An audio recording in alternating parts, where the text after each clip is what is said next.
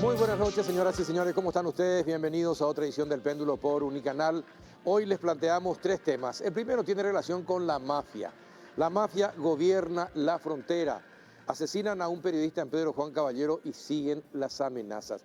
Nos van a acompañar para hablar de este tema José María Costa, periodista y fundador de Periodismo Seguro País, y Raúl Ortiz vía Zoom, periodista y corresponsal en Amambay. Vamos a hablar con ellos acerca de esta situación. El segundo bloque, otro tema igualmente preocupante y que demuestra hasta qué punto está podrida la sociedad paraguaya. Solamente hasta fines de julio de este año ya se tienen denuncias de más de 2.200 violaciones y abusos contra niños, niñas y adolescentes menores de edad en Paraguay. Más de 2.200 denuncias y otras casi 700 denuncias por violencia doméstica. ¿Qué pasa en nuestro país con los niños? No, pero parece que mucha gente no entiende. Nos van a acompañar Walter Gutiérrez, viceministro de la Niñez, y Karina Sánchez, fiscal de la Unidad de Lucha contra Trata de Personas. Y el último bloque, vamos a hablar sobre los Juegos Sudamericanos ASU 2022. Llega mañana el Juego Sudamericano y nos va a acompañar el ministro de Deportes, Diego Galeano Harrison. Antes de ir a la primera pausa, les invito a compartir un rico café de Lavazza, que es un café de alta gastronomía y que permite al consumidor degustar un producto con aroma, cuerpo y sabor inconfundibles y presente en los mejores restaurantes, cafeterías y supermercados del país. Café Par representa y distribuye Lavazza, el espresso italiano por excelencia. Breve pausa, comenzamos el debate. Vení a Bristol y aprovecha el Samsung Blue Days. Días de grandes descuentos en todos los productos de la marca Samsung. Además, una cuota de regalo en todos los productos. Sí, te regalamos una cuota en cada compra en 18 cuotas que realices. Escucha esta super oferta. Celular Samsung A03 Core de 32 GB. Precio normal 18 cuotas de 127.000 guaraníes. Ahora, solo 17 cuotas de 69.000 guaraníes. Bristol, la mejor casa de electrodomésticos del país.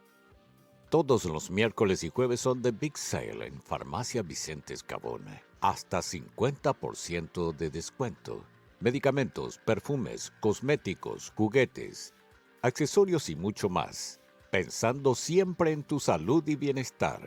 Te esperamos en nuestras 70 sucursales o llamanos al delivery 418-5000 y 097-418-5000. Farmacia Vicente Escabone, tu farmacia más cerca tuyo. Muy bien, ya estamos en compañía de José María Costa, el querido Pepe Costa, con nosotros acá en los estudios de Unicanal. ¿Qué tal, Pepe? ¿Cómo estás? Buenas noches. Bien, buenas noches. Gracias, Carlos, por invitar. Gracias por venir. También está con nosotros vía Zoom Raúl Ortiz, corresponsal desde Pedro Juan Caballero. Raúl, buenas noches. ¿Qué tal? ¿Cómo estás? Carlos, saludos cordiales, gracias por la invitación. No, gracias por estar allí. A ver, contanos, ¿cómo está el clima, cómo está la situación en Pedro Juan luego del asesinato de Humberto Coronel en manos de un sicario? Más de, creo que 8 balazos recibió el periodista. ¿Cómo está la situación en Pedro Juan en este momento, Raúl?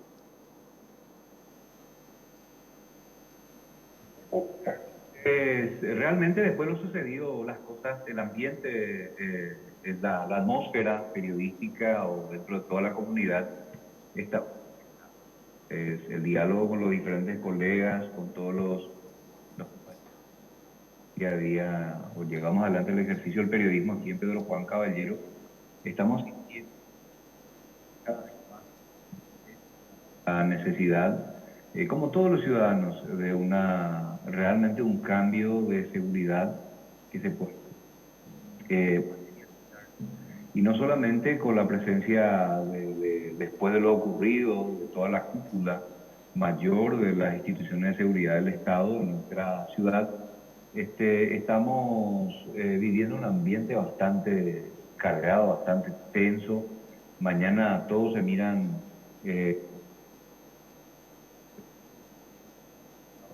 que podamos hacer y que dar uno de los colegas víctima. Lógicamente no es un deseo, ¿verdad? Pero sí es la sensación que se tiene actualmente. No estamos tranquilos, Carlos. El trabajo que hacemos cada día nos pone y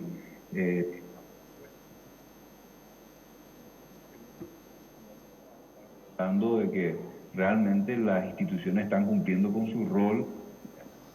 No se sienta seguro en ese sentido, estamos bastante mal, ¿verdad? Hay una inseguridad, la impunidad también, ¿verdad? Porque fíjate, poco estas personas, el caso Humberto y otro colega de emisora, fueron víctimas de amenaza. Había un panfleto que dejaron escrito en la casa de uno de ellos citándolo. No se hizo. Ahora, una cosa, Raúl, una cosa, de repente se va el audio, pero una cosa quisiera precisar. Humberto Coronel tenía dos policías que lo resguardaban o no. No tenía. Bueno, a ver si chequeamos el audio, Raúl, porque no nos llega. Mientras tanto, nosotros vamos a conversar con Pepe hasta que restablezcamos el audio con Raúl. Están preocupados, no viven tranquilos. Hay crispación en el Amambay, Pepe, como consecuencia de esto. Vos sabés que hace 4 años atrás habíamos hecho un programa de Pedro Juan Caballero y invitamos al presidente de la Cámara de Comercio de Pontaponá y al de la Amambay, al de Pedro Juan. Y le hicimos una pregunta porque estaban cuestionando la labor de la policía, la labor de la fiscalía en cuanto al combate al narcotráfico, el crimen organizado. Entonces le hago la pregunta y le miro a los dos y les digo, sincera y honestamente respóndanme, ¿qué pasaría si la policía y la fuerza de seguridad en Paraguay pudieran controlar el crimen organizado en Pedro Juan Caballero y en el Amambay? Se miraron los dos, suspiraron, dejaron pasar 30 segundos y en 30 segundos el silencio en el éter se siente como si fuesen 30 minutos. Y dijeron, desaparecería el comercio fronterizo. Mirá vos. ¿Qué te da la pauta de eso? Mirá vos. Un buen punto para considerarlo dentro del contexto integral de la situación en la frontera. Una situación en la frontera que viene de años, de décadas. Sí, de décadas. Es decir, y que no vamos a estar diciendo cosas nuevas cuando mencionamos que esto es producto justamente de la falta de Estado, de la falta de presencia del Estado realmente en esa zona. Esas zonas son zonas liberadas para el narcotráfico.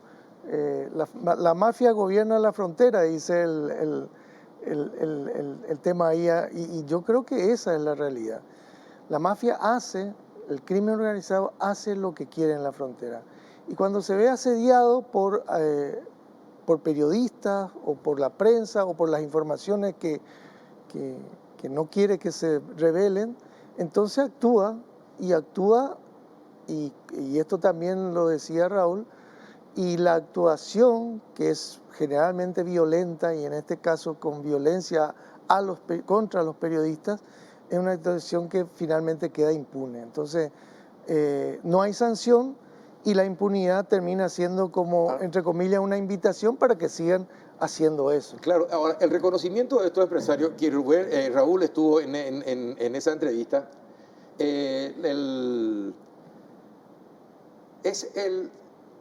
es reconocer que no le tienen miedo al Estado. Que el Estado puede estar presente, pero no le tienen miedo al Estado, porque compran a todos. Compran a todos. Policías, fiscales. La droga viene desde el norte y termina y sale por el sur en Ñeembucú. Recorre 700 kilómetros, 800 kilómetros recorre de Paraguay. Y nadie lo detiene. ¿Por qué? Y porque pagan a policías, pagan a militares, pagan a fiscales, pagan a jueces. No tienen miedo del Estado. Por más que haya presencia del Estado, le compran a los que están en representación del Estado. Bueno, y fíjate vos, cuando se habla de un narcoestado, lo que estamos hablando, y esto ya está ocurriendo en otros países, es decir, México es un ejemplo de cómo el crimen organizado permeó en toda la sociedad, en todo el Estado y con muchas autoridades. Entonces, eso se convierte en un Estado que está al servicio del narcotráfico, al servicio del crimen organizado. Y entonces no hay interés, no hay recursos, no hay voluntad y hasta hay complicidad para dejar actuar. E impunidad. Raúl, el comandante de la policía estuvo hoy por Pedro Juan. Sí, el subcomandante específicamente, Carlos. Ajá, el subcomandante. Y bueno, ¿y qué dijo el subcomandante cuando ustedes, los periodistas en Pedro Juan, le reclaman por mayor seguridad para el trabajo de ustedes? ¿Qué les dice? ¿Cuál fue la excusa del subcomandante para que esto haya ocurrido? ¿Qué explicó?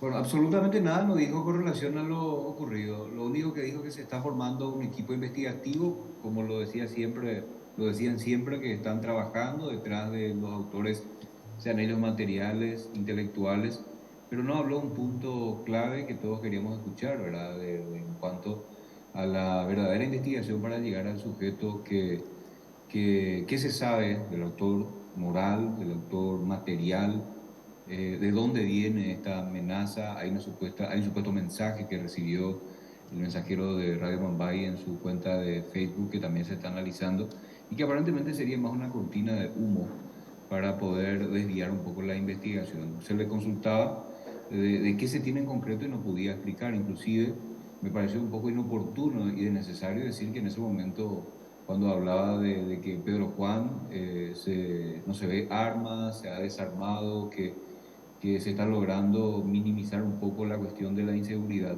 siendo que lamentablemente es otra la realidad. Quizás los hechos de sicariato, como se veían antes con armas largas, que circulaban delincuentes armados o facciones criminales, haya disminuido en ese aspecto, pero los hechos punibles siguen igual. No hace poco robaron a un taxista, inclusive el delincuente se fue y le chocó a un pobre trabajador que estaba saliendo de una despensa, que resultó ser víctima de la consecuencia de un hecho de robo agravado. Es decir, no estamos hablando de que todo es color de rosa en Pedro Juan Caballero, para que pueda contar justamente en una conferencia de prensa donde lo que queríamos escuchar es algo con relación a la investigación que están haciendo de la muerte de Humberto. No dijo absolutamente nada que queríamos escuchar el subcomandante de la policía. Inclusive mañana hay una convocatoria a las 8 de la mañana en la jefatura de policía de Mumbai para los periodistas. De acuerdo a la información que estuve recibiendo, es que va a hablar el comandante o el subcomandante y convoca a los colegas para hablar un poco de la situación, del trabajo que estamos ejerciendo en la frontera y el diálogo o la apertura que podría darse entre periodistas y la policía. Bueno, eso es lo que me habían dicho, o habían dicho de que estaría, me adelantaron que va a ser la conferencia mañana. Si se va a hablar sobre eso, otros temas, no sabría decirte, Carlos, pero a partir de ahora parece que con la muerte de Humberto, lastimosamente, hay mayor interés en querer proteger un poco ahora a los colegas o a los periodistas que están ejerciendo la profesión.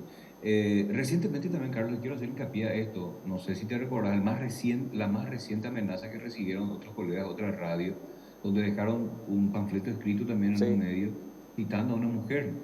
No sé si recordás el caso. Sí.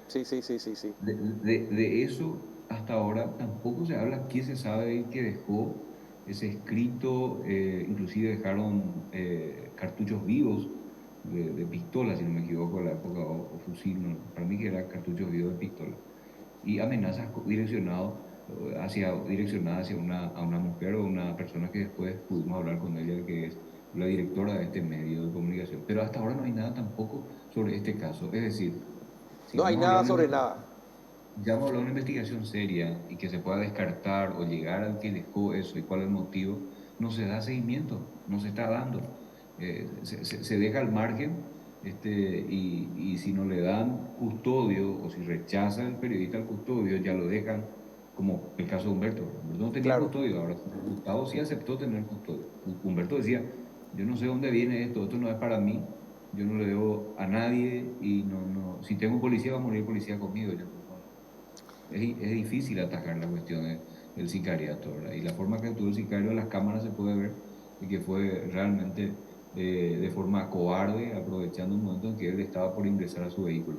Bueno, aguardame un ratito ahí, que también Pepe estuvo en una reunión con el comandante de la policía. ¿Estuviste con la gente del sindicato? Hoy tuvimos una reunión, los integrantes de la Mesa para la Seguridad de Periodistas, que es una instancia conformada por representantes de gremios de periodistas y representantes de varias instituciones públicas. Estuvo la gente del Sindicato de Periodistas del Paraguay y otra gente, y estuvimos con el ministro del Interior y el comandante de la policía, hablando un poco de todo esto y reiterando un reclamo que viene desde hace bastante tiempo, que es que a pesar de que se había avanzado con tener un protocolo de actuación de la policía para los casos de periodistas que están amenazados o sufren ataques, la propia policía, por impulso de los gremios, había aprobado en el 2017 una resolución, la resolución 538, que establece un protocolo de actuación y que establece una medida de, por ejemplo, cuando hay una denuncia, una amenaza, como en los casos de estos, el gremio y la mesa en este caso piden, y el Ministerio Público también lo hace, solicitan y se tiene que hacer una medida de protección especial para el periodista, para el medio, etcétera, etcétera. ¿Qué es lo que ha pasado en muchos casos? Y entre ellos en esto es que hubo mucha burocracia para poner en marcha el mecanismo de protección. Y por otro lado, en algunos casos la protección no ha sido eficiente. Humberto no tenía una protección especial con él, pero sí había policías que estaban, y de la GEO, esto nos confirmaban hoy el ministro y el comandante, que estaban, digamos, custodiando la zona, pero estaban custodiando lo que dicen ellos el cuadrante. Y fíjense, yo no soy experto, pero en el cuadrante pueden haber casas de miles de personas, pero hay un medio que recibió, ya tiene 2 periodistas con muertos, tiraron granadas, ataques, entonces, caramba. Le mataron al hermano del dueño de la radio. Le mataron al hermano del dueño de la radio, caramba, es el medio y la gente que trabaja en el medio la que puede ser un posible foco de atentados. Pues bien, esto parece que no entra dentro de la lógica de una disposición de medidas de seguridad en cuadrantes. Ahora, pero eso es y entonces ineficiencia. Bueno, no sé, podemos decir, bueno, a ver, y entonces ocurre lo que ocurrió, un sicario en una moto acribillando balazos, 8 balazos a un periodista en la calle. ¿Y qué hicieron los policías? Obviamente después dar aviso que ocurrió el hecho. Caramba. Entonces, ni siquiera estamos hablando de un comando que sobrepasó la fuerza policial. No, hay ineficiencia. Pero también uno quiere pensar a veces que hasta es posible que haya complicidad. Entonces, el abanico de sospecha se abre ante estas circunstancias. Y lo que tenemos en la realidad, y volvemos al punto de inicio, es que no tenemos Estado. Tenemos un Estado frágil, débil y ausente en muchas zonas del país. Y fíjate vos cómo el que avanza es el crimen organizado. Antes se circunscribía solamente a la zona de la frontera. Sí. El sicariato ya llegó a Asunción. Sí. Entonces, ¿esto es signo de una enfermedad? Claro que lo es. Y de una enfermedad que ya viene siendo crónica y que no hay respuesta del Estado ante esto. Ahora, Raúl, los periodistas en Pedro Juan, ante esta situación, ¿qué van a hacer? ¿Se reúnen? ¿Hay algún grupo organizado de periodistas en Pedro Juan o no? ¿Y qué es lo que pueden hacer?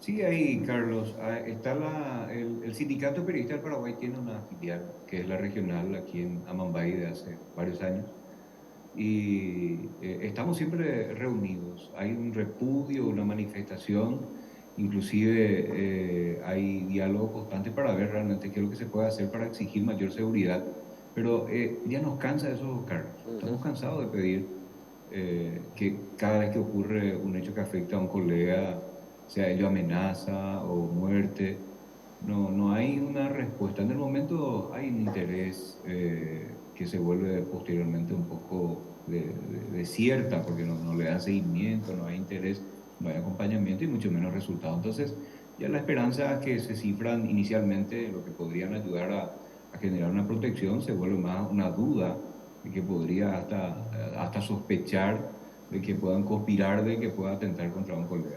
Como decía el colega Pepe, que fíjate vos que la policía estaba haciendo un recorrido de la manzana.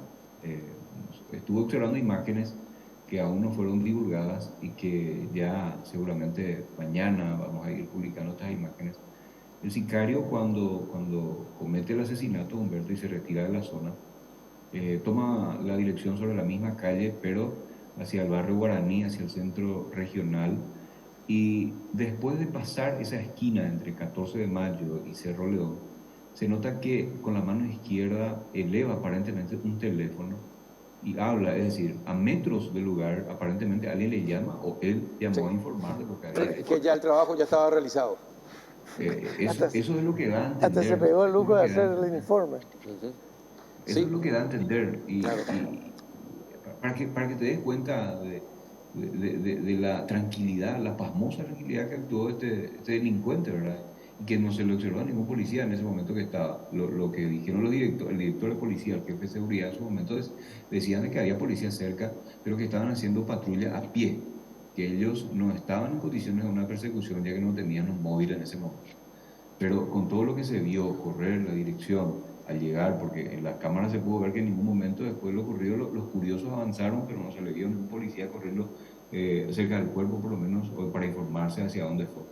Entonces, todos esos datos, esta circunstancia, todo este universo de datos que en el momento deberían actuar y no actuar, realmente es lo que llama mucho la atención y genera mucha duda en cuanto a la actuación. No es la primera vez, esto no estoy diciendo ahora, es lo que ocurre siempre. Como decía el colega, como decía usted también, Carlos, y usted sabe muy bien, nosotros hablamos de esto hace años, yo Sí. creo que desde el momento que hablamos por la radio, mi plagio de lo mismo de siempre, ausencia del Estado en materia de seguridad. No hay una política criminal que se enfoque netamente en la zona de frontera. Los crímenes de frontera son totalmente distintos.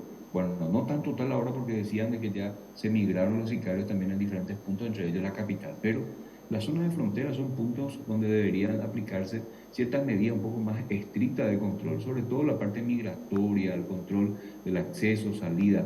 Es difícil tener una frontera seca en una zona comercial como es Pedro Juan y una vasta frontera libre para lo que todos conocemos apetitoso para los delincuentes, que es el tráfico de drogas, armas, cualquier otro tipo de producto ilícito. Pero no hay una política. Entonces lo único que podemos entender en base a esto es que si los gobiernos de turno que asumen, que no solamente el gobierno actual, sino los gobiernos anteriores, nunca dieron importancia, independientemente de las circunstancias que se daban y quién eran las víctimas, Claro. la sociedad misma se sentía afectada. Decía esta mañana temprano cuando estábamos hablando, y escuché que volviste a decir eso, cuando se miraban dos personas durante un debate que hacíamos en la radio, Sí. cuando se termina el narcotráfico, ¿qué va a pasar en la frontera? Sí, hubo una especie de silencio, porque es una realidad. El Estado debería aplicar también, mirar la parte económica, e instalar industria, generar mano de obras, hacer que la gente evite estar en la plantación o cultivo de marihuana para que permita que el tráfico de drogas sea tan fácil en esta zona del país. Cuando eso ocurra, lógicamente, y haya condiciones de trabajo para todos, las cosas van a cambiar. Pero mientras que se le saquen a esta gente del campo, de la zona de los bosques, se vayan destruyendo como lo están haciendo ahora en los últimos meses, golpeando realmente la economía de la frontera, porque sí, es una realidad. Estos van a migrar, van a estar desempleados y generarán otro tipo de delitos, Claro. secuestros, Van a hacer otro tipo de raptos. negocios, ilícitos, sí. Claro, Así claro. mismo es. Entonces el Estado debe Pero, mirar ese aspecto. pero fíjense lo que es la paradoja. Se normalizó el trabajo del sicario. Encontrar un muerto al costado del camino en la frontera es normal. Que se le mate a una persona en la calle es normal. No podemos vivir normalizando cosas sangrientas y cosas que están mal. No debemos permitir eso. Por eso, es decir, ya me quedan 2 minutos, lastimosamente, fíjate pero vos que las declaraciones... ¿qué se puede hacer? Fíjate vos que Pero hoy... no es normal, Carlos. Yo no estoy de acuerdo con eso. Es común, pero no es normal. Sí, totalmente de acuerdo, Pero totalmente de acuerdo. fíjense que hoy las declaraciones de la fiscal a cargo parecen apuntar a esa normalización de ese tipo de cosas. Bueno, pues a mí me parece que el gobierno tiene que tomar cartas en el asunto, como se dice. Esto es una mochila que pesa sobre las espaldas del gobierno. Y es una cuestión crónica porque hoy día el Paraguay está siendo sancionado por la Corte Interamericana de Derechos Humanos por no haber atendido correctamente y proporcionado justicia al caso de Santiago Leguizamón en el año 91. Desde Santiago Leguizamón para esta parte son 20 periodistas asesinados. En 30 años, 20 periodistas asesinados, 8 de los cuales en Pedro Juan Caballero. ¿Y qué respuesta tenemos del Estado hasta ahora? Nada. Excusas e impunidad. ¿Y por qué hablamos de que, ocurren estas cosas en la frontera? Hay delitos, hay crímenes. El crimen organizado está presente en la frontera siempre. Pero, ¿por qué hablamos hoy con tanta firmeza de este tema? Porque se trata de periodistas. Y cuando se mata a periodistas, en realidad se está también afectando al derecho de las personas a estar informados. No solamente se atenta contra la víctima, sino contra el corazón de la democracia, el derecho de la gente a estar informada, y además esto siempre tiene un efecto amedrentador para el resto de los colegas. Así mismo es. Bien. Pepe, gracias por venir. Hay mucha tela que cortar. No vayas a ceder en el empeño que tenés siempre para lograr que los periodistas tengan y vivan más tranquilos trabajando en esta profesión. Estamos un poco con muchos grupos de periodistas que están preocupados por esta situación. Muchos colegas están preocupados por esta situación y no ven respuesta en el Estado. Y ponernos del grupo, por favor. Gracias, Raúl, por estar Pedro Juan Caballero. Gracias y fuerza en la tarea informativa. Gracias a vos, Carlos, por la invitación. Saludo a todos los televidentes y a las órdenes siempre. Estamos por aquí, lo que podamos ser útil. Fuerza. Muchas gracias, Raúl Ortiz de Pedro Juan Caballero. Después, lo que se viene es también preocupante. Es la demostración más palpable de una sociedad podrida. Y no le estamos prestando atención. Al 31 de julio, más de 2.200 denuncias recibidas de abusos contra menores de edad, niños y niñas. Niños y niñas. Más de 800 casos de violencia registrados contra niños y niñas.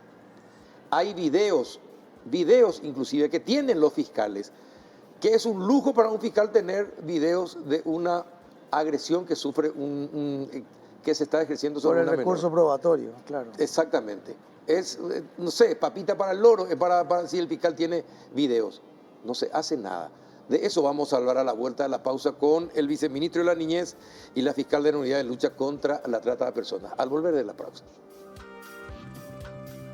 Vení a Bristol y aprovecha por el mes de la primavera una cuota de regalo en todos los productos. Sí, como escuchaste, te regalamos una cuota en cada compra de 18 cuotas que realices.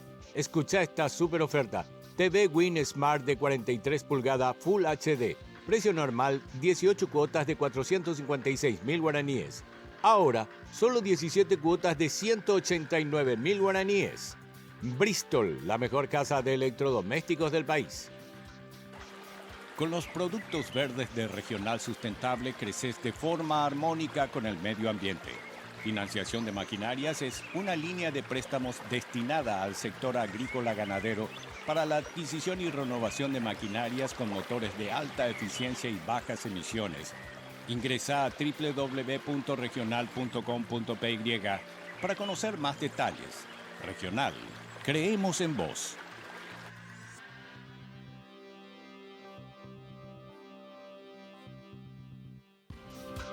¿Qué tal, viceministro Walter Gutiérrez? ¿Cómo anda? Buenas noches. Carlos, buenas noches para vos, para la doctora Karina y para toda la teleaudiencia. Gracias por venir. ¿Qué tal, doctora Karina Sánchez? ¿Cómo está? Muy bien, muchas gracias por la invitación. Un gusto compartir con ustedes. Bueno, yo les invité porque el lunes estuvimos leyendo las informaciones acerca de que al terminar el mes de julio, más de 2.200 casos de denuncias de abusos contra niños y niñas en Paraguay se presentaron. Eso quiere decir que si hay 2.200 denuncias, quiere decir que hay un subregistro que sería 4 veces más aproximadamente. O que sea 2 veces más o una vez más, de todas formas ya es mucha la cantidad. ¿Qué es lo que está pasando? ¿Qué pasa en Paraguay que maltratamos a los niños, abusamos de niños y niñas? Se quedan embarazadas. ¿Quién es el culpable? ¿Quién es el responsable? ¿Qué pasa con los responsables? ¿Son sancionados? ¿No son sancionados? ¿Qué es lo que está pasando?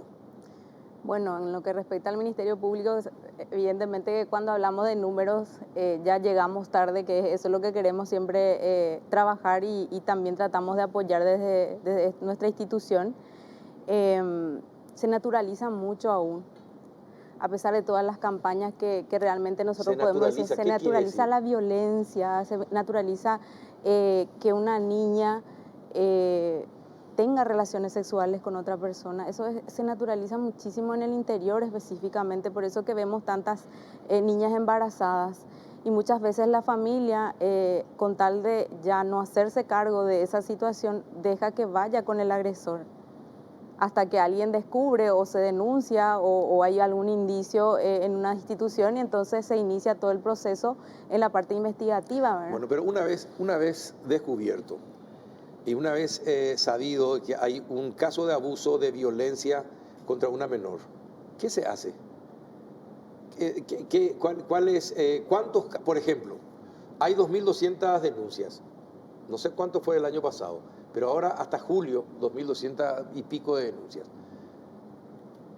Se investigan cuántos llegan al final, cuántos responsables existen, cuántas sanciones, cuántas penas se aplican, porque de lo contrario parece que se normaliza, y eso es muy peligroso. Bueno, en lo que respecta al Ministerio Público, desde el año pasado que estamos trabajando justamente en el marco de un proyecto que tenemos con la Agencia de Cooperación Española, y estamos apoyando un trabajo que viene haciendo la Dirección de Informática del Ministerio Público, ante la necesidad justamente de hacer un seguimiento con respecto a todas esas consultas. Nosotros podemos saber hoy cuántas denuncias hay, incluso los lugares en donde se está dando, incluso tenemos algunos datos en relación al género, a la edad. Sin embargo, para ejercer un control más efectivo desde el Ministerio Público, necesitamos tener mecanismos y medios que nos ayuden a hacer ese control. Y solamente, ¿qué tipo de mecanismos y medios requieren? Ahora estamos trabajando, estamos terminando, que espero que en 2 meses aproximadamente ya podamos tener como un software que se va a instalar y vamos a tener en la mayoría a nivel nacional, en donde desde la unidad especializada vamos a enfocarnos a hacer ese seguimiento de las denuncias que involucran a niños, niñas, adolescentes, especialmente los hechos de abuso, maltrato y demás. Y eso también nos va a indicar, vamos a ir viendo en tiempo real cuál es el tiempo, cuáles son las necesidades que igual ya tenemos, obviamente, colectadas dentro del Ministerio Público. Hay muchas necesidades, si bien se ha avanzado muchísimo, cada vez tenemos más causas. Eso significa también que todas las campañas de sensibilización que están haciendo, especialmente el Ministerio de la Niñez, también todo lo que nos ayudan los medios de prensa para cada tanto estar instalando el tema, eso hace que las personas se animen más. Subieron las denuncias, pero nosotros seguimos teniendo el mismo número de fiscales, el mismo número de funcionarios, y lo que es peor, necesitamos más psicólogos y trabajadores sociales que obviamente atendiendo a la cantidad de causas que van atendiendo es humanamente imposible que cura todo. Y desde el Viceministerio de la Niñez, ¿qué están haciendo? El Ministerio de la Niñez y la Adolescencia, ¿qué hacen cuando tienen estos datos? Es un llamado de atención, una luz roja. ¿Qué hacen? Bueno, Carlos, antes que nada, mencionar que estas cifras nos interpelan, ¿verdad? Pero hablaban, anteriormente estaban haciendo mención ¿qué es lo que está pasando? ¿Verdad? Aumentan los casos, hay más casos, y la realidad es que lo que ocurre ahora, lo que sucede es que la sociedad está más sensibilizada, ¿verdad? El gran problema, y me sumo a lo que dice Karina, el gran problema es la naturalización o normalización de la situación, ¿verdad? Decía ella con mucha razón, es normal o natural para la gente ver, por ejemplo, que una niña menor de 14 años, obviamente, esté viviendo con un adulto. Hay una cifra muy importante también en nuestro país de uniones tempranas, ¿verdad? Hay estudios que se hicieron y principalmente en el norte del país hay una cifra elevada de uniones tempranas, y cabe recordar que cualquier tipo de contacto sexual, por ejemplo, con un... Eso no es un delito de estupro. Y bueno, entonces, ¿por qué no se castiga y por qué no se evita? Ahí hay que aclarar algo, ¿verdad? Con un menor de 14 años, o sea, con una niña o un niño, no se puede tener ningún tipo de contacto sexual porque es abuso sexual del niño, ¿verdad? La figura que están mencionando, estupro, se configura desde los 14 a 16 años en el caso que haya consentimiento. Ahí es estupro, ¿verdad? Pero nadie puede alegar de que existió un consentimiento en cualquier tipo de acto sexual con una persona menor de 14 años, es decir, con un niño o una niña, porque nuestra ley claramente identifica desde la concepción hasta antes de cumplir los 14 años es niño o niña, desde 14 hasta cumplir la mayoría de edad, que en este caso antes de los 18 es adolescente, ¿verdad? Y estupro específicamente se da entre la franja etaria de 14 a 16. Ahora, hacías una pregunta, ¿verdad? ¿Qué es lo que sucede? Hay que entender que cuando se da estos casos de abuso sexual en niños, muchas veces la gente se enfoca solamente en que se le castigue al abusador o al victimario, que correctísimo, ¿verdad? Es lo que corresponde, pero hay que visibilizar esto desde dos pilares, ¿verdad? Uno es el de la sanción al abusador, al victimario, al criminal, porque es un crimen. Y por otro lado está lo que ya más nos atañe a nosotros, al Ministerio de la Niñez, al Ministerio de la Defensa Pública, a los juzgados especializados en niñez, que es el área de protección del niño, niña, adolescente, ¿verdad? Es decir, hay que tomar medidas cautelares de protección urgente cuando esa vulneración o ese hecho sucede, por ejemplo, dentro del entorno familiar, que es entre el 80 y el 85% de los casos, ¿verdad? Cuando está fallando ese núcleo, ese entorno protector, o sea que por una cuestión lógica, natural y no solamente legal, es y debe ser el entorno protector del niño, entonces hay que buscar una protección inmediata del niño, ¿verdad? Ahí entra el Ministerio de la Niñez, Ministerio de la Defensa Pública. De repente se podría ver si es que se requiere una familia ampliada, una familia acogedora, dependiendo de cada caso en particular, ¿verdad? Pero algo hay que hacer. El tema es que ocurren los casos y parece que actuamos tarde. Como dijo la doctora Karina, llegamos tarde. Pero algo hay que hacer, porque si no se hace nada, ahí se normaliza. Ahí se normaliza. Sí, y cuando no se informa lo que se hace, parece que no se hace nada. Entonces parece que es normal y eso no debemos permitir. Claro, el paso número uno es trabajar. Incluso hay una ley, ¿verdad? La ley 6202 que configuró y ya se están trabajando de las diferentes instituciones, y por eso que se están visibilizando más esta situación. Nosotros tenemos la expectativa de que, bueno, la ciudadanía tome conciencia de que esto es un crimen, de que esto no está bien, es algo malo, es que como que se le está tratando como un objeto al niño, siendo que el niño es un sujeto de derecho, un sujeto de protección. O sea, hay una ley incluso y no es una ley que está en letra muerta, más porque se está trabajando interinstitucionalmente, ¿verdad? Por ejemplo, hace poco ya estamos sacando la ruta de intervención interinstitucional en los casos de abuso. Esa ley habla de cómo prevenir las situaciones de abuso y también cómo interinstitucionalmente damos una respuesta integral al niño o niña que fue víctima de abuso, ¿verdad?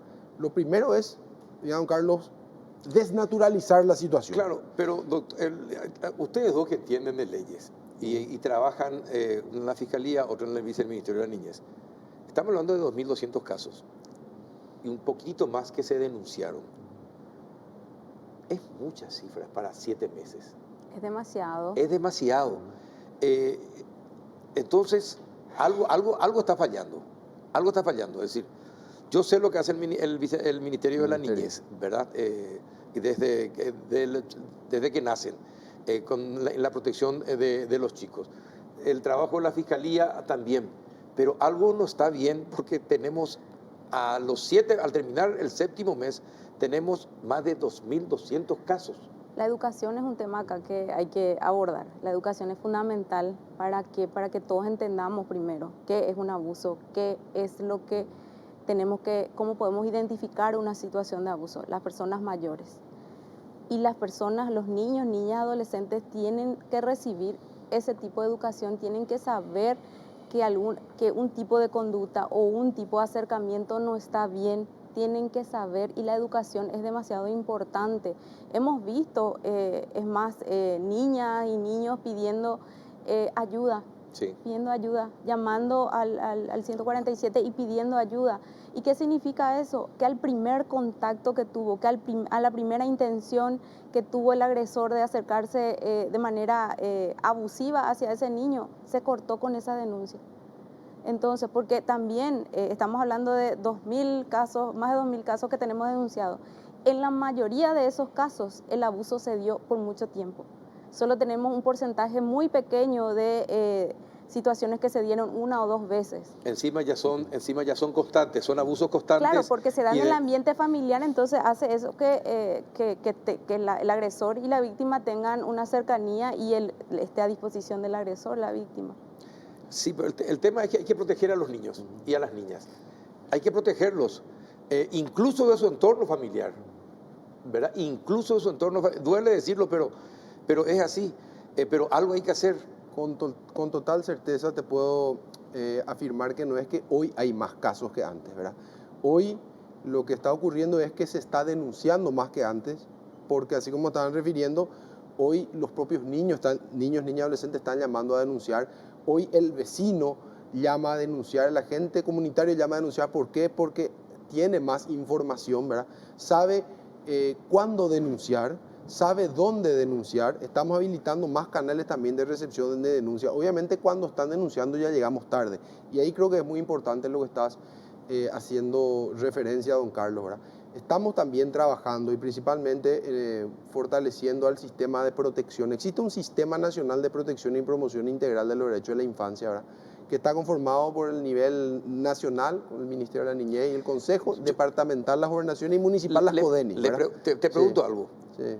Esto tiene que ser materia, eso tiene que ser parte de una materia educativa en el colegio. La propia ley que te hice referencia, la 6202/2018, indica de que se tienen que tomar todas las medidas y todos los recaudos para que dentro del sistema educativo se le pueda dar herramientas a los niños como para poder identificar estas situaciones, porque el agresor, o sea, no comete el hecho de un día para el otro, es un proceso. Generalmente hay una situación de dependencia y de confianza también entre el agresor y la víctima, ¿verdad?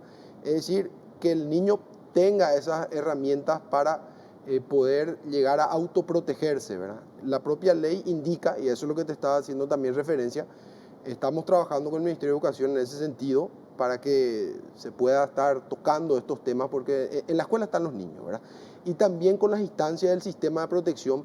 ¿Dónde está el brazo ejecutor de este sistema de protección? En los municipios, en el territorio que donde viven los niños, ¿verdad? Y estamos trabajando nosotros a nivel departamental, con las CODENI, con los consejos, para que ellos a nivel territorial puedan llegar con el mensaje a todos los otros actores del sistema a nivel local, agentes comunitarios y los propios niños, para que tengan y cuenten con esas herramientas de autoprotección, ¿verdad? No solamente para que identifiquen la situación y hagan la denuncia, sino para que puedan identificar preventivamente que el hecho no suceda. Solo que tenemos unos problemas en ese sentido. Cada 5 años las autoridades van cambiando, cada 5 años hay nuevas personas que están trabajando en la CODENI y a los que se le tiene que empezar a capacitar nuevamente, y no en todos los lugares, y eso que me corrija el viceministro, no en todos lugares tenemos gente capacitada.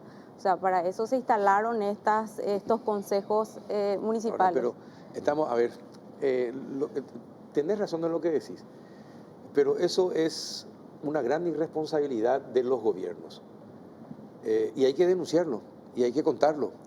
Y no puede ser que un buen trabajo que se esté realizando de la noche a la mañana, simplemente porque se cambió de color el gobierno, se tenga que parar todo y se tenga que cambiar, comenzar de nuevo sacar a todos los que estaban haciendo un buen trabajo simplemente porque hay que meterle a los del otro color. Ese tipo, parece prehistoria esto, pero no puede ser que en el siglo XXI todavía estas cosas sigan ocurriendo. Correcto, una cuestión que afecta a todos los niveles, ¿verdad? El nivel central, el nivel departamental y también obviamente en el nivel municipal.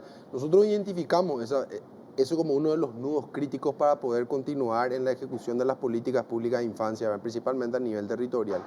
Por eso es que desde esta administración estamos habilitando ahora un centro de formación que pueda acreditar a los operadores en materia de niñez, ¿verdad? Se está consolidando un centro de formación para que, bueno, decir de que la persona que va a ser consejero o consejera de CODENI cuente realmente con los elementos y con las herramientas para poder realizar efectivamente su trabajo, ¿verdad?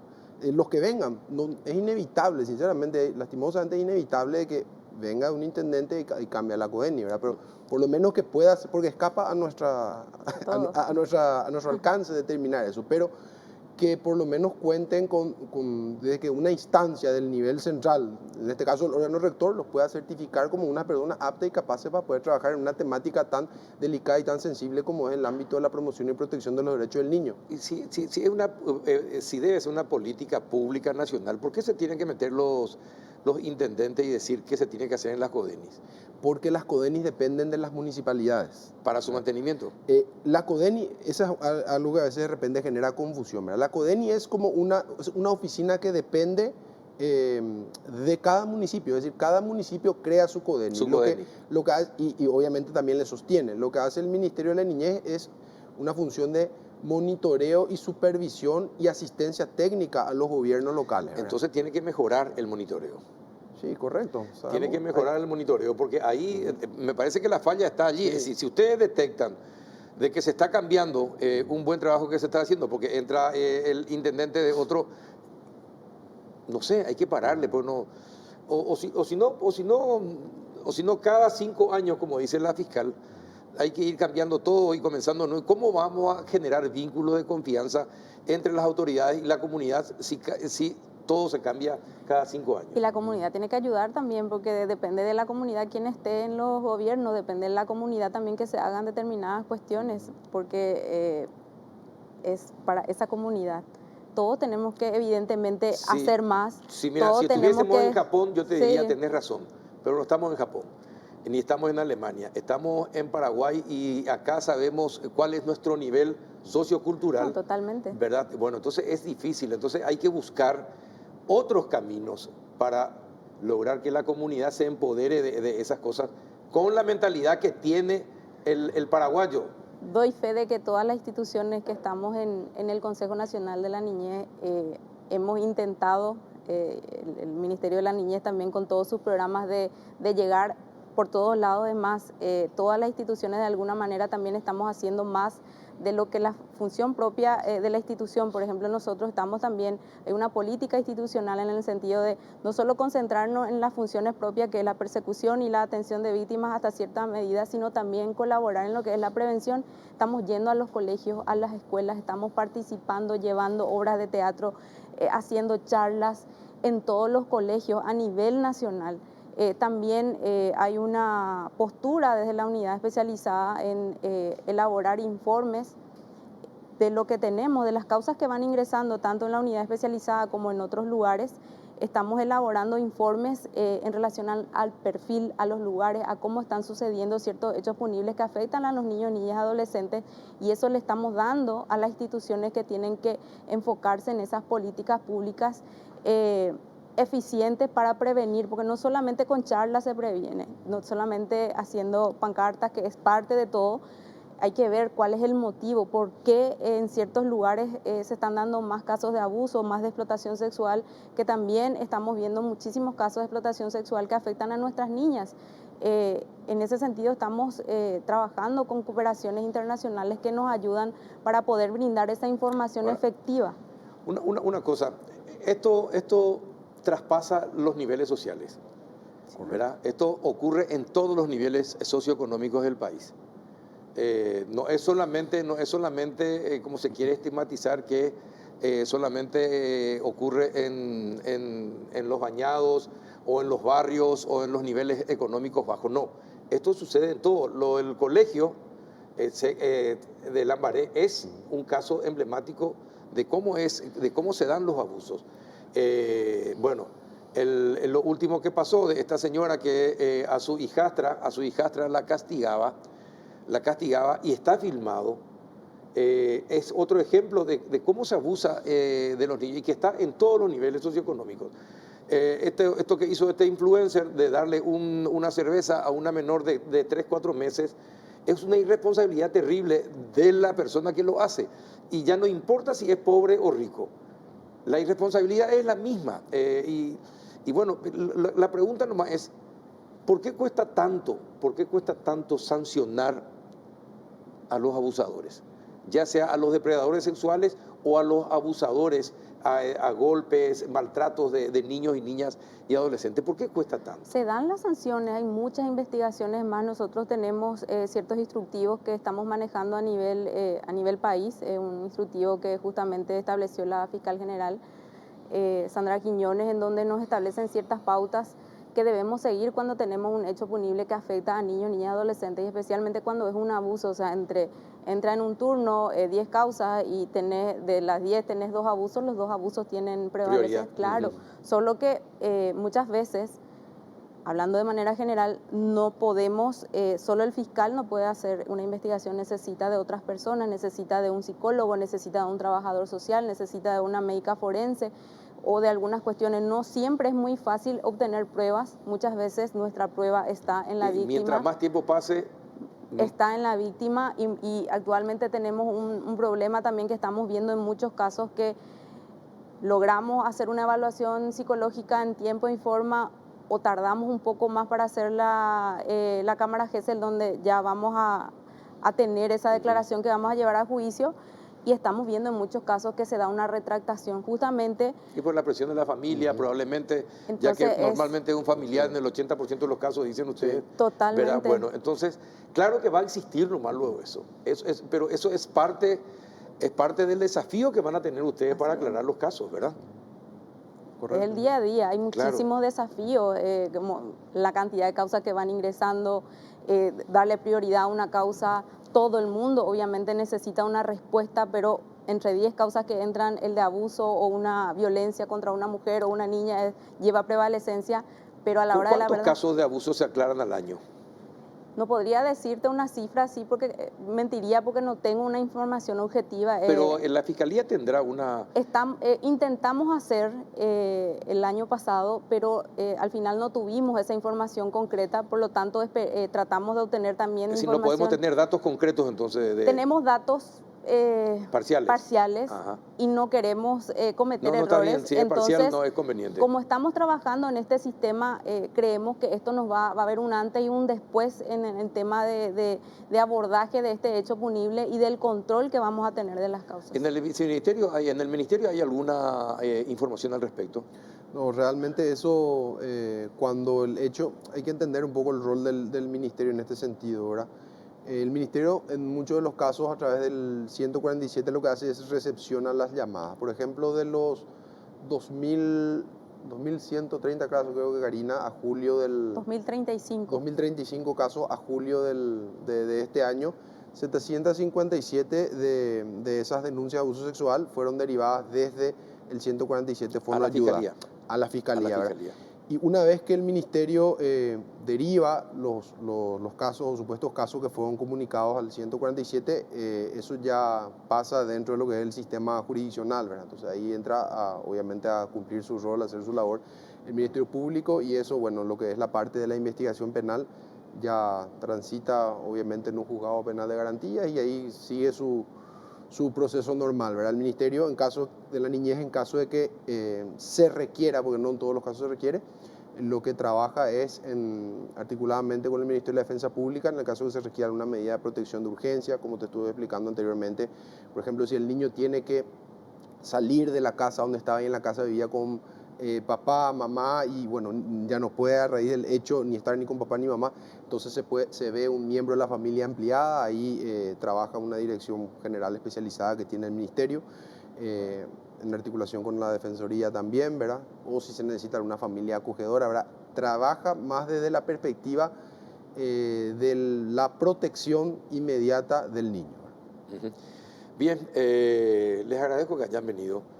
Ustedes se dan cuenta que estos son los temas importantes. Sí. Estos son los temas importantes del país. No son las elecciones, no son las campañas políticas. Estos son los temas fundamentales, los temas esenciales. Porque esto hace al país. Niños violentados van a ser personas mayores violentas, lo más probable. Entonces, tenemos que evitar y cortar esto de alguna manera. Ojalá ustedes encuentren la estrategia. Coincido contigo en que la educación es fundamental. Es un proceso un poco más largo, pero yo creo que desde el kindergarten, si ya le empezamos a enseñar a los niños cuáles son sus derechos y cuáles son sus obligaciones en este tipo de materias, yo creo que muchas cosas van a dejar de ocurrir.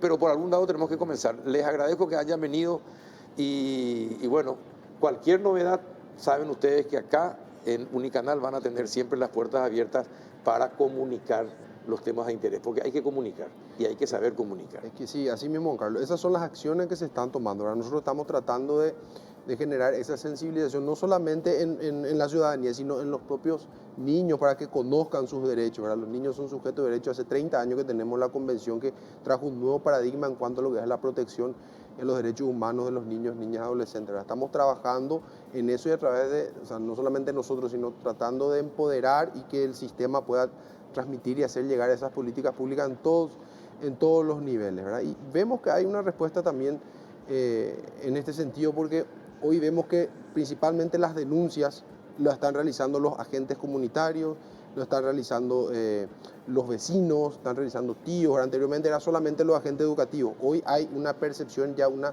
responsabilidad. Por eso es que decimos nosotros todos somos responsables. Y aprovechemos, informémosles más a la gente. Entonces todos somos responsables, familia, sociedad y Estado. Exactamente. Agradezco la invitación y para nosotros es fundamental el apoyo de la prensa. Hemos notado que cuando la prensa toma un caso nos ayudan a nosotros para protegernos y también a través de esas causas que están viendo, que tienen respuesta, las personas se animan más. Sí. Eso es así fundamental. Cuente con nosotros, doctora. ¿Sí? Gracias. Bien, a la vuelta de la pausa vamos a hablar acerca de los Juegos Sudamericanos ASU 2022. A la vuelta de la pausa, ya volvemos.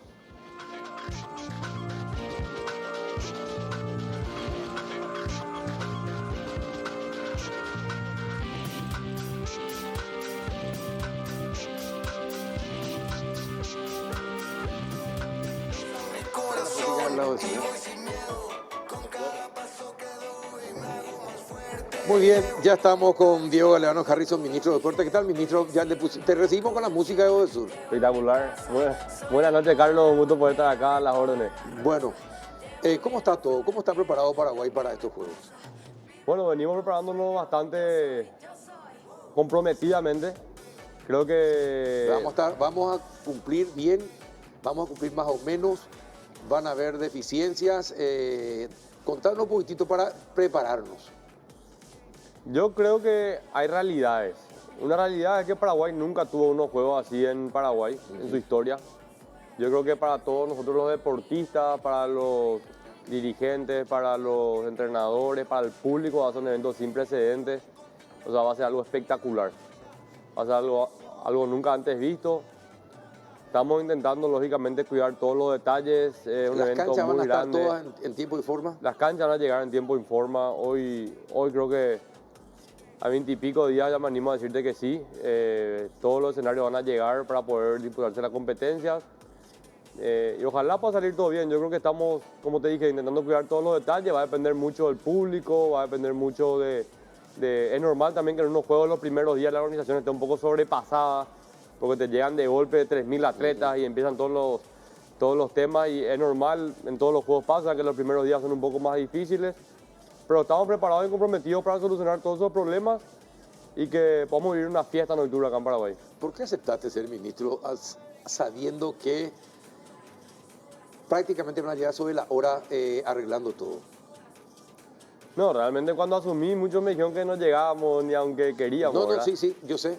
Pero yo, como vos sabés, Carlos, yo soy deportista, creo que me crié y me formé en el mundo del deporte, siempre mediante el tenis, lógicamente. Y cuando me ofrecieron, lo primero que dije fue, me agarró mucho miedo y dije, esto es una locura, imposible. Y lo siguiente que pensé, pasando 3 segundos, fue cuándo vamos a tener la oportunidad de tener unos juegos en Paraguay, primeramente, y encima tener la posibilidad de ser ministro e intentar hacer algo que a los deportistas y a todo el mundo deportivo, y más allá de lo deportivo en nuestro país, pueda sentirse orgulloso, ¿verdad? Y bueno, consideramos en realidad, porque con toda la familia, la verdad, pensamos en 4 meses de mucho trabajo, porque están siendo 4 meses muy intensos realmente. Y vamos a poder llegar y por lo menos dejar un legado de que en Paraguay estamos capacitados para poder traer esta clase de eventos. Ahora, ¿las pistas y las piletas van a ser todas olímpicas? Todos los escenarios van a ser homologados.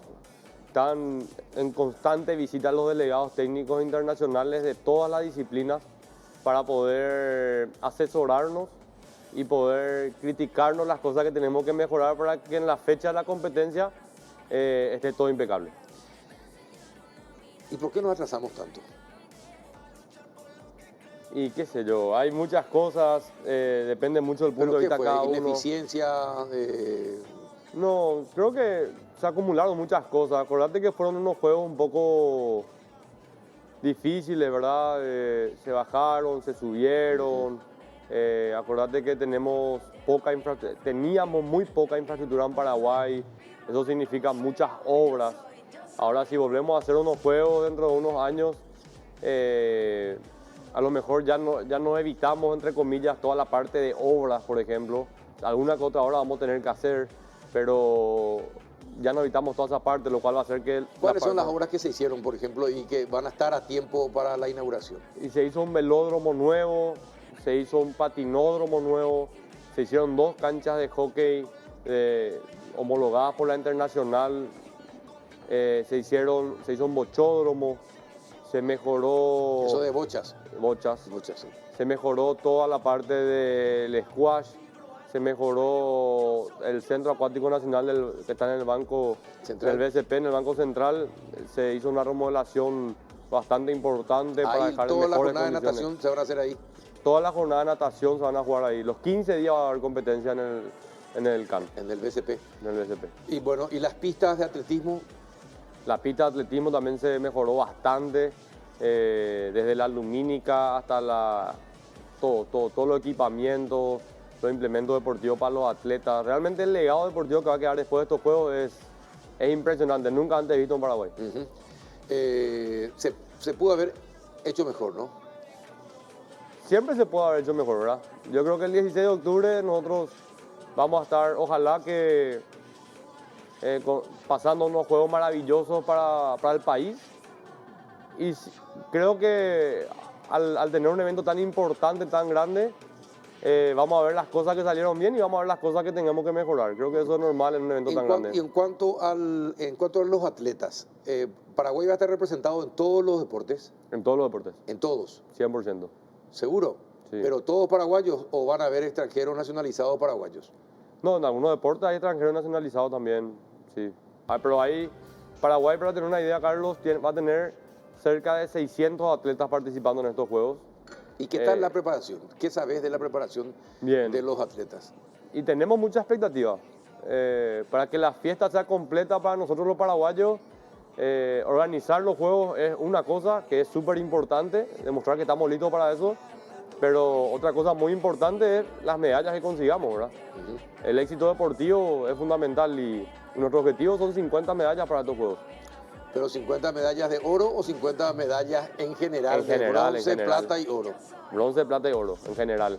Tenemos en Cochabamba, que fueron los últimos Juegos, tuvimos 30 medallas. ¿Y cuántos de los medallistas vuelven a participar?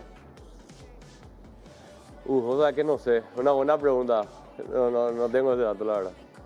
Bueno, porque... Pero buen dato, sí. ¿Y cuál es la edad máxima que puede tener un competidor en los Juegos? Cualquier edad. No hay límite de edad. No hay límite de edad. Ajá. No hay ni un límite de edad.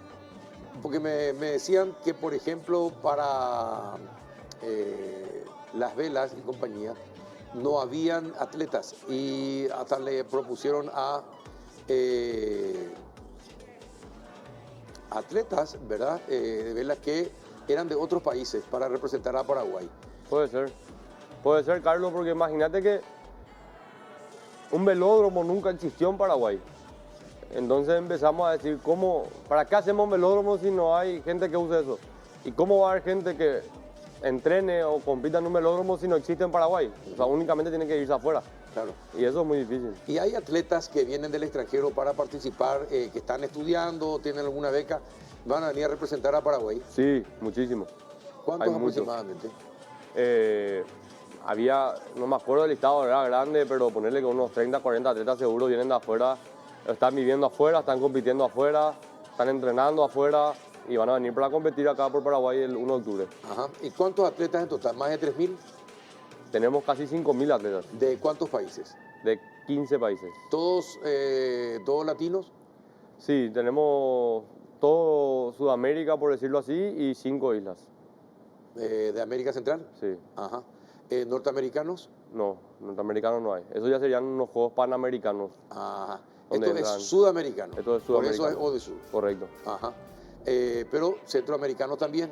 Algunos sí. Algunos sí. ¿Por qué se permiten algunos sí y otros no? Son reglas del lado del sur, ¿verdad? El lado del sur tiene sus afiliados y bueno, después tenemos los panamericanos que son 41 países. Acá estamos hablando de 15 países, los panamericanos son 41 países. Ojalá podamos traer a Paraguay alguna vez. ¿Y cómo va a ser la promoción? ¿Cuántos canales van a poder transmitir en Paraguay? ¿Cómo va a ser? La transmisión va a ser por TV, estamos cerrando con Paraguay TV, el canal del Estado, ¿verdad? Estamos trabajando con varios canales privados que están interesados en transmitir.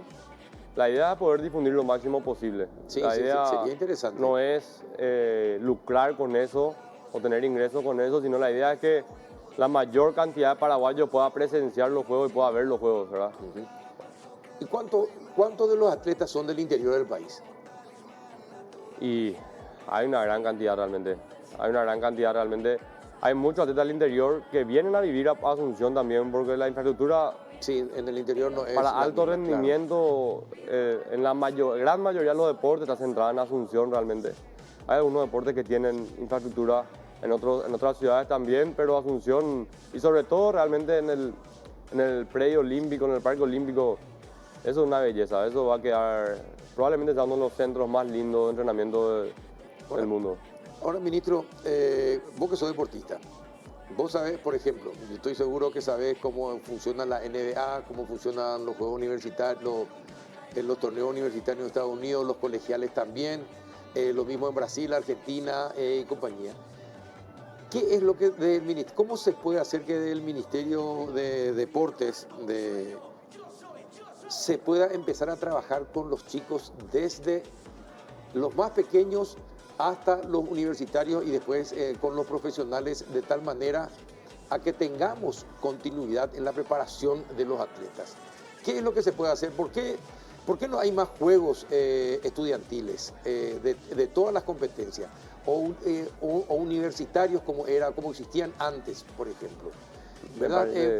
¿Por qué no hay competencias entre departamentos, interdepartamentales, pero de todo tipo de deportes, no solamente el fútbol o el básquetbol y el vóley, que son los más comunes, sino de todos los deportes? ¿Qué se puede hacer desde el Ministerio de Deportes para incentivar el deporte desde el más pequeño? Atletismo, por ejemplo. Me parece una pregunta espectacular, Carlos. Mira, nosotros la semana pasada volvimos a lanzar los Juegos Escolares, que los Juegos Escolares tienen un impacto a nivel nacional. Participan todos los departamentos, muchos colegios, muchas escuelas, todos los municipios. ¿Pero Juegos Escolares de fútbol, de básquetbol? Tienen varios deportes. Atletismo también. Varios deportes, tienen como 6, 7 deportes. Atletismo, básquetbol, fútbol. Y eso volvimos a relanzar después de la pandemia que no se jugó. Y los campeones van a ir a Brasil en diciembre a representar a Paraguay en los Juegos Escolares Sudamericanos, ¿verdad? Lo cual me parece que es un poco lo que preguntaste. Claro. Y la otra parte que los universitarios, que me encantaría poder explotar en Paraguay, porque cuando hablo así con personas que pasaron por esa época, que los Juegos Universitarios en Paraguay eran espectaculares, hablan con una pasión y con un entusiasmo que se nota que eran unos juegos importantes, ¿verdad? Claro, pero que sea a nivel nacional, claro. No solamente a nivel de área central. Y estamos trabajando con eso.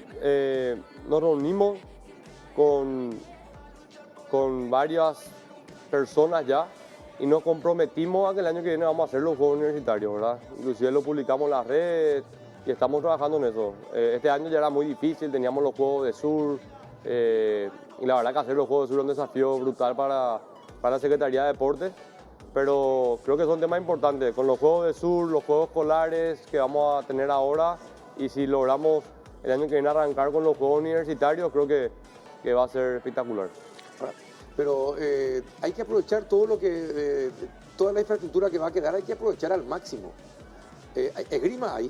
Sí, claro. Bueno, entonces, vamos a sacar medallas. ¿Ajedrez también? También. Bueno, entonces todo eso hay que aprovechar, el atletismo. Imagínese que podemos sacar a muchos chicos de la calle. Es la idea. ¿Verdad? Podemos tener atletas que a lo mejor dentro de 15, 20 años puedan empezar a ganar grandes medallas y ser profesionales y cambiar su vida. ¿Por qué no? Pero hay que meterle pata al deporte. Y sería, la verdad, que es un súper desafío, una parte importante de estos Juegos de Sur, más allá de la parte organizativa o logro deportivo en cuanto a medallas se refiere, es la parte social, ¿verdad? Nosotros estamos trabajando con el Ministerio de Educación para llevar la mayor cantidad de chicos posible, porque hay deportes que nunca pudimos ver en Paraguay. Entonces, que tengamos chicos, adolescentes o adultos inclusive, que por primera vez podamos ver estos deportes y que el 10% de ellos se queden practicando algunos de esos deportes después, va a ser un logro tremendo para el país, que tantos chicos se puedan entusiasmar con diferentes disciplinas, no solamente con el fútbol, como vos decías, ¿verdad? Ahora, pero esto también significa que hay muchos técnicos que van a poner su capacidad en juego ahora y de todas las disciplinas. Todas las disciplinas. De todas las disciplinas. De técnicos y árbitros también, ¿verdad? Traemos muchos árbitros afuera, eso va a ayudar a capacitar a nuestros árbitros acá. Vienen muchos técnicos afuera en las diferentes disciplinas, eso va a ayudar también un poco a elevar el nivel, y son juegos que elevan el nivel de todas las disciplinas del país. Y por eso, es decir, el deporte es muy importante, no en balde Estados Unidos, Rusia, Alemania, Suecia, Finlandia y compañía, China, se prestigian con sus deportistas, ¿verdad? Sí. No en balde, por algo lo hacen. Sí. Bueno, y ¿por qué no darle también a Paraguay un lugar destacado y la posibilidad de que muchos chicos se conviertan en deportistas y a través del deporte puedan cambiar su vida? Totalmente de acuerdo, Carlos, pero nosotros en Paraguay tenemos un presupuesto bastante limitado para poder tener ese impacto que queremos tener, ¿verdad? Nosotros vamos a trabajar de la Secretaría de Deporte para el año que viene, mantener toda la infraestructura que se va a quedar, y vamos a trabajar para poder seguir llegando a más chicos, y no solamente en Asunción. Nosotros tenemos que descentralizar el deporte, porque hay ciudades en el básquetbol, por ejemplo. Las colonias se escribieron en el torneo de básquetbol y cada vez que yo veo los partidos allá está lleno de gente. Y me parece que es un ejemplo espectacular que se puede replicar para poder hacer crecer el deporte en diferentes puntos del país. ¿Y en cuántas ciudades se van a realizar los Juegos? Y los Juegos se realizan en un altísimo porcentaje en Asunción. Se habilitó como subsede la ciudad de Encarnación, donde se van a jugar 5 deportes. Y también en Itaipú, en Ciudad del Este, habilitamos la modalidad de canotaje slalom, ya que ellos tienen una pista ahí montada y bueno, una pista de primer nivel realmente. Bueno, y entonces todas esas infraestructuras hay que aprovechar y hay que crear más todavía en otras capitales departamentales, ministro. Ojalá. Vos podés cambiar la historia del deporte en Paraguay. Yo te puedo asegurar que el sector privado te va a apoyar, pero hay que usar bien los recursos que te dan. Los sponsors van a salir, cuando ven que los deportistas paraguayos se destacan, los sponsors van a apoyar y van a aparecer. Pero hay que hacerle competir a los paraguayos para que demuestren lo que pueden lograr. Totalmente. Yo creo que, sin lugar a dudas, necesitas el apoyo del sector privado en conjunto con el sector público para poder generar un impacto importante. Y después, como te decía, ahora la verdad que todo el esfuerzo del tiempo lo dedicamos a poder realizar los Juegos del Sur de la mejor manera posible, porque eso va a hacer que el Paraguay es una vidriera para el país. Claro. Usted sabe lo que hace Brasil, ¿verdad? Con el vóley, el básquetbol y otros deportes menores. ¿Qué hace? Y son los sponsors, son las grandes empresas las que financian y pagan, y son, sí, ¿verdad? A los grandes jugadores. Pero para eso nosotros tenemos que vender bien también. Eso siempre. Las empresas tienen que apoyar, es cierto, pero para que las empresas apoyen yo tengo que vender algo. Y eso creo que Luana creo que estuvo en estos días en las redes sociales diciendo una verdad que muchas veces nosotros, y nosotros me refiero a atletas o deportistas, tenemos que vender una imagen y el público, tenemos que vender cosas que el público quiera comprar para que las empresas se interesen en nosotros. Y parte fundamental de eso es que nosotros desde hoy en la Secretaría de Deportes podamos darle la oportunidad a los atletas que hagan eso. Y los Juegos del Sur es una oportunidad, me parece a mí, ¿verdad? Es una oportunidad. De mostrarse, de ver el impacto que tienen estos atletas cuando salen a competir en otros países. Pero lo que te digo es aprovechar el impacto que pueda tener Odesur, que va a ser como una vidriera para todos los paraguayos, de que sepan que hay muchos otros deportes que no son solamente fútbol, básquetbol, pádel como ahora existe, tenis y después, y handball, ¿verdad? Sí. Que hay otros deportes donde también se pueden destacar paraguayos. Es una gran vidriera. Yo creo que sí. Creo que fue un acierto hacer estos juegos, sin lugar a dudas. Yo creo que ojalá salga todo bien y podamos estar el 16 de octubre diciendo que tenemos que seguir trayendo esta clase de eventos. ¿Las entradas cuánto van a costar para cada evento? Las entradas salieron hoy a la venta. Ahí está, estas son, ¿verdad? Estas son, es 10.000 guaraníes por día. Un valor, creemos, razonable para fomentar que la gente vaya a ver. Y de paso podés conseguir con alguna gasolinera que te sponsoree también 3 litros de nafta para el que acude. Por 10.000 guaraníes vos vas a tener acceso al parque a ver 15 deportes. Por 10.000 guaraníes. Por 10.000 guaraníes ver esta cantidad de deportes. Para este nivel de atletas que van a venir, creemos que es un valor bastante razonable. E inclusive se hizo una promoción que por 100.000 guaraníes vos tenés acceso los 15 días a los 3 parques que son los únicos que se van a cobrar. ¿Cuánto el Parque cuesta? ¿100.000 guaraníes cuesta eso? 100.000 guaraníes los 15 días. Los 15 días.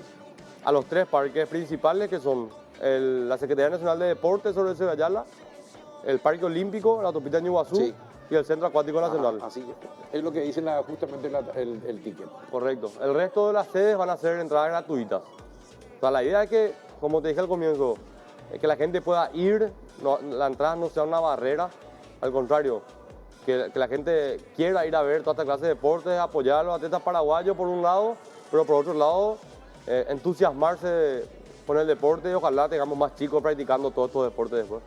Y sí, y bueno, y va a depender mucho del Ministerio del Deporte. Sí, vamos a trabajar para eso. Y también de la forma como comuniquen, ¿verdad? Va a ser muy importante eso. Sí. El tema del ministro, tratar de que los chicos les guste el deporte, se integren, busquen el deporte. Ustedes díganle dónde hay, qué quieren, dónde pueden aprender, qué quieren hacer, judo, karate, vóley, básquetbol, todo, y que estén informados, vayan a los colegios, a las escuelas públicas de todo el país. Sí. De todo el país. Es la única manera. Es la única manera. Yo creo que involucrándoles a los chicos, educándoles con el deporte, creo que es un impacto que va a ser importante a nivel país. Así que ojalá que estos juegos sirvan para eso. Tenemos más de, estaba viendo hoy, creo que teníamos más de 25.000 chicos ya confirmados que van a ir. Porque los chicos menores de 12 años no pagan entradas. Ese era otro punto también importante. Pero trabajando con el MEC tenemos más de 25.000 chicos ya que van a ir a presenciar los juegos. Y si vos me decís que 3.000 chicos nuevos van a quedarse a practicar deporte, evidentemente los juegos van a tener un impacto social también para todos ellos. No, totalmente, totalmente.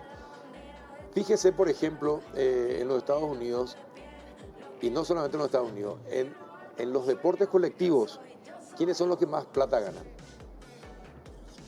¿Quiénes? Los basquetbolistas. Increíblemente, ¿verdad? Sí. Y después, en muchas universidades prestigiosas de todo el mundo, se le becan a los atletas. Es decir, que el paraguayo, gracias al deporte, puede tener acceso a una educación de calidad en el mundo gracias al deporte que practica. Así y gracias mismo, al talento que tenga en ese deporte. Totalmente, yo creo que es una oportunidad. Bueno, yo estudié 4 años en Estados Unidos gratis, entre comillas, gracias al deporte, ¿verdad? Con una beca del tenis. Y yo creo que es una oportunidad que se abre a través del deporte, lógicamente, pero termina en educación, ¿verdad? Y no hace falta Estados Unidos. Si logramos implementar eso en Paraguay y que el deporte tiene que servir, pero no solamente como algo deportivo, sino como algo también educativo. Y si logramos eso, creo que es un avance gigante para el desarrollo de tantos jóvenes que practican miles de deportes todo el año. Totalmente, totalmente. Y muchos pueden cambiar su vida y la de su familia a través del deporte. Sí. ¿Verdad? Eso es muy importante. Ahora, la última pregunta, ministro. ¿Quién va a salir campeón de tenis en el abierto norteamericano? Usted que es tenista. Y mira, el que viene sorprendiendo es Tiafoe. Le ganó a Nadal, creo que hoy le ganó también, sí, ganó también a Rublev. Viene jugando un muy buen torneo. No miré muchos partidos, para serte sincero, pero por los resultados que vi, cuando viene entusiasmado así alguien y lo que estamos acostumbrados a verlos ganar, que son Federer, Nadal, Djokovic, no están más en el cuadro, se abre para cualquiera, así que... ¿Y cuándo vamos a tener otro Víctor Pecci en Paraguay? Y es muy difícil decir eso. Víctor Pecci es una leyenda no solamente para el tenis, sino creo para el deporte paraguayo. Ahora tenemos Dani Vallejo, que está jugando y Vallejo que está entrenando en la academia de Rafa en la Nadal. academia del Rafa. Bueno, ¿qué tal? Es muy bueno, es número 1 del mundo. ¿Sí? Es número 1 del mundo, sub-18. Realmente muy bueno, pero... ¿Y cómo ustedes le pueden ayudar, por ejemplo? Y estamos con él. Yo estaba en la Asociación Paraguaya de Tenis antes de esto y veníamos trabajando ahí con el presidente Julio Ferrari y veníamos trabajando para apoyar a los chicos ya desde que tienen 10, 12 años. Bueno, ya llevan 8 o 10 años de proceso, ojalá que puedan seguir, pero decir que él va a ser el siguiente Víctor Pecci es ponerle una presión. No, una presión innecesaria. Que no tiene sentido. Que sea Vallejo nomás. Que sea Vallejo y que disfrute. Y que disfrute. Si disfrute, yo creo que va a llegar más lejos que si le ponemos presión. Ministro, gracias por venir y que sea con éxito y con muchos logros de los atletas paraguayos estos Juegos del Sur. Muchas gracias, Carlos. Muy contento por estar acá. Gracias por la oportunidad un gran desafío el que tenés. De contar un poquito qué estamos haciendo. Un desafío importante. Esperamos casi 15.000 personas. Asunción va a estar un poco cargada de gente, así que a la vez es una oportunidad súper interesante de poder mostrar un poquito Asunción y Paraguay a estos 15 países y ojalá que vuelvan de forma adelante. Y bueno, y sobre todo que dejen muchos pesos también, muchos guaraníes. Va a pasar. ¿Verdad? Como turistas que también van a acompañar a esta gente. Te aseguro que hay muchos sectores de la economía que van a estar bastante felices después de esos días. Ojalá. Gracias por venir, ministro. Gracias, Carlos. El ministro de Deportes, Diego Galeano Harrison, con nosotros. Ya saben, participen. Por 100.000 guaraníes pueden participar de todos los Juegos del Sur. Por 100.000 guaraníes. ¿Cuántas botellas de cerveza son? Nada. Por nada pueden disfrutar de los Juegos del Sur. O sea, que vos vas a comprar. Vamos a comprar. Vamos todavía. Bueno, acá me dicen ya desde Control Z 2 packs de cerveza. Ya está. Con eso pueden disfrutar los Juegos del Sur. Nos reencontramos el próximo miércoles. Hasta entonces. Yo soy.